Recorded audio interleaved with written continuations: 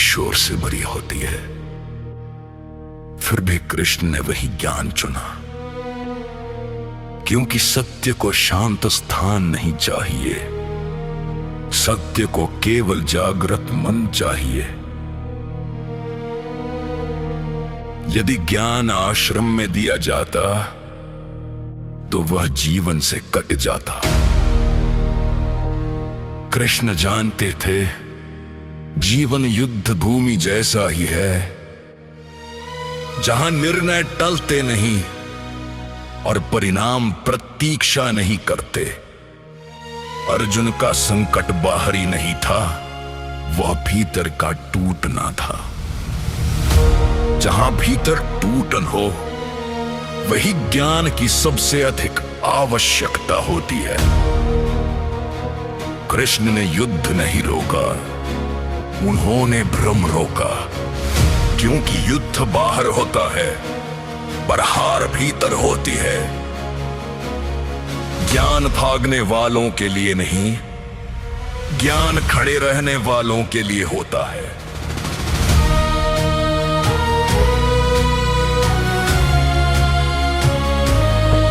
युद्ध भूमि में दिया गया ज्ञान सीधे कर्म से जुड़ जाता है। वह शब्द दर्शन बनते हैं और दर्शन निर्णय बन जाता है। कृष्ण ने ज्ञान इसलिए चुना ताकि अर्जुन जाग सके, क्योंकि सोया हुआ योद्धा हथियार होते हुए भी हार जाता है। ज्ञान ने अर्जुन को लड़ने नहीं सिखाया, ज्ञान ने अर्जुन को होने सिखाया। जहां होना स्पष्ट हो, वहां कर्म अपने आप सही हो जाता है। युद्ध भूमि में दिया गया ज्ञान आज भी हर जीवन पर लागू होता है, क्योंकि हर मनुष्य अपने भीतर एक युद्ध भूमि लिए चलता है।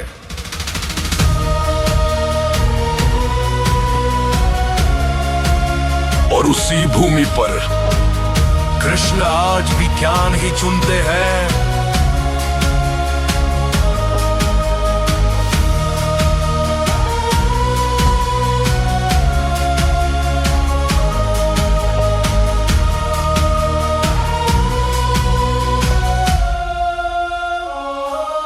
और उसी भूमि पर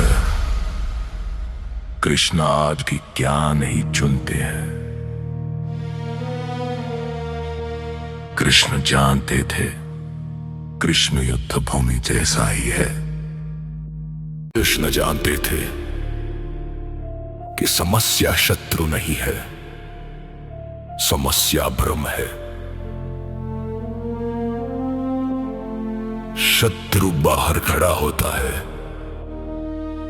भ्रम भीतर बैठा होता है। बाहर के शत्रु को हराया जा सकता है, भीतर के भ्रम को समझना पड़ता है। अर्जुन का धनुष हाथ से गिरा, पर असली गिरावट मन में थी। यदि मन स्थिर न हो तो विजय भी व्यर्थ हो जाती है। कृष्ण ने अर्जुन को भावनाओं से नहीं लड़ा, उन्होंने उसे देखने की दृष्टि दी। ज्ञान का उद्देश्य उपदेश नहीं, दृष्टि का परिवर्तन है। युद्ध भूमि में ज्ञान इसलिए दिया गया ताकि निर्णय टल न जाए। वहां समय नहीं होता सोचने का, वहां स्पष्टता चाहिए।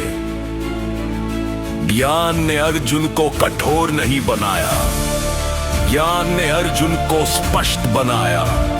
जहां स्पष्टता होती है वहां करुणा भी होती है। कृष्ण ने अर्जुन को भागना नहीं सिखाया, उन्होंने उसे उपस्थित रहना सिखाया। उपस्थित मन सबसे बड़ा शस्त्र होता है। जब मन जागता है तो कर्म स्वयं धर्म बन जाता है। कृष्ण जानते थे धर्म उपदेश से नहीं बचता, धर्म बचता है सही समय पर सही दृष्टि से। इसीलिए युद्ध भूमि में कृष्ण ने ज्ञान ही चुना, क्योंकि ज्ञान अंधे कर्म को जागृत कर्म बना देता है और वही कर्म जीवन को अर्थ देता है।